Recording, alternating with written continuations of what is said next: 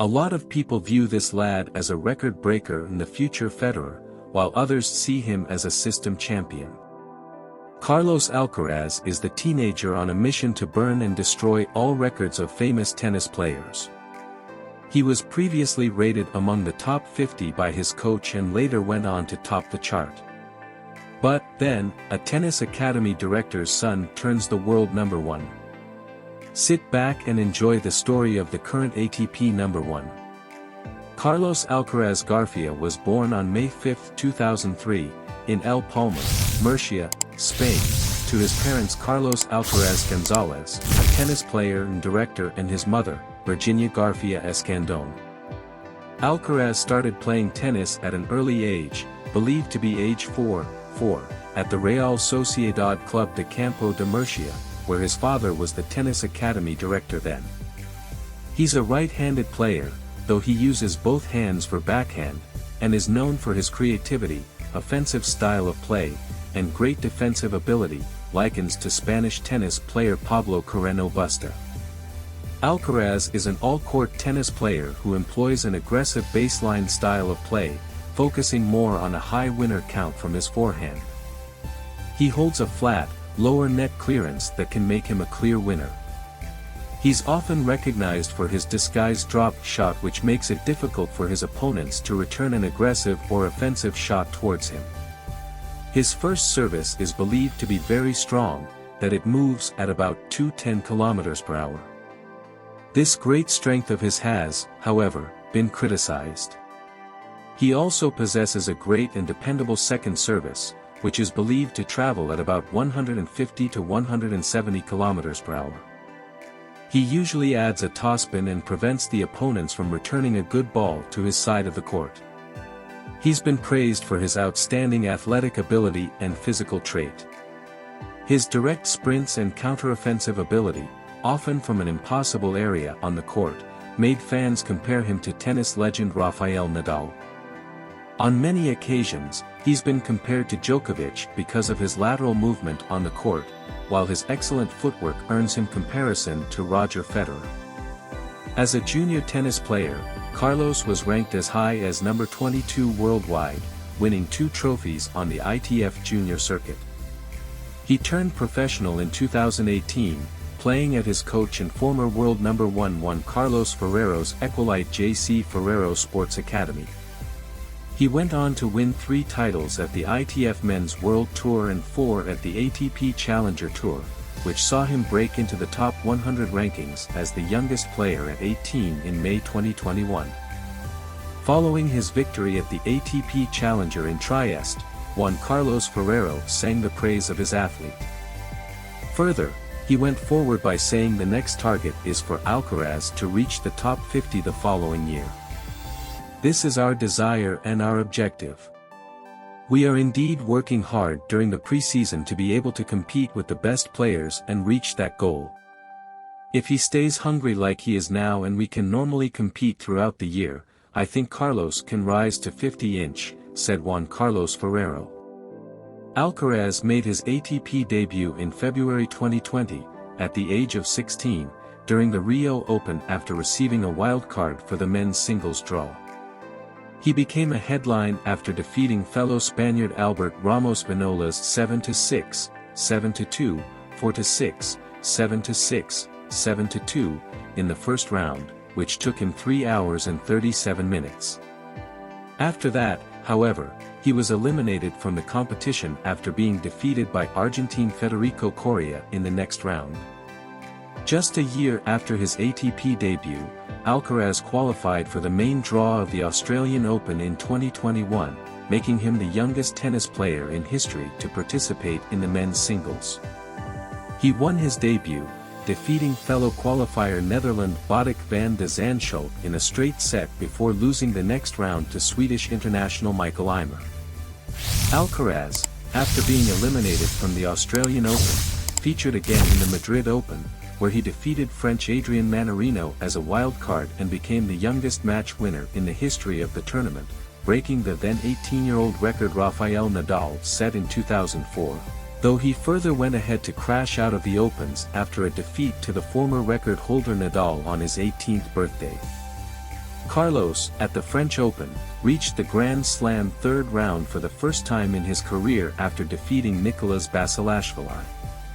He won his first ATP title in July 2021, at the 2021 Croatia Open Umag, where he defeated top-seeded Albert Ramos Vinolas in the semi-finals, reaching the ATP Finals for the first time in his career and went on defeating Richard Gasquet at the finals to claim the title.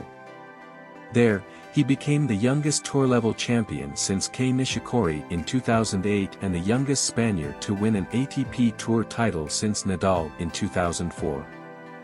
Alcaraz made it to the US Open, defeating the then world number 3, Stefanos Tsitsipas in a fifth-set tiebreak to reach the fourth round of the tournament in his biggest career win. The win over Tsitsipas makes him the youngest player in the Grand Slam fourth round since Andrei Medvedev at the French Open in 1992 and the youngest man in the US Open fourth round since 17-year-old Michael Chang and 18-year-old Pete Sampras in 1989. Alcaraz became the youngest quarter-finalist in US Open in Open era since 18-year-old Thomas Koch in 1963, after defeating Peter Gojowczyk. However, he lost to Felix Auger-Aliassime via retirement after sustaining an injury in the second set of the quarter-final match. He made his return from injury to the court at the Erste Bank Open, where he defeated the then world number 7 Matteo Berrettini, marking his second win over a top 10 athlete. Followed by the Erste Bank is the next-gen ATP Finals, where he defeated Nakashima, Cerundolo and Holger Rune in the round-robin stage, which made him progress to the semi-finals without a defeat semi-final.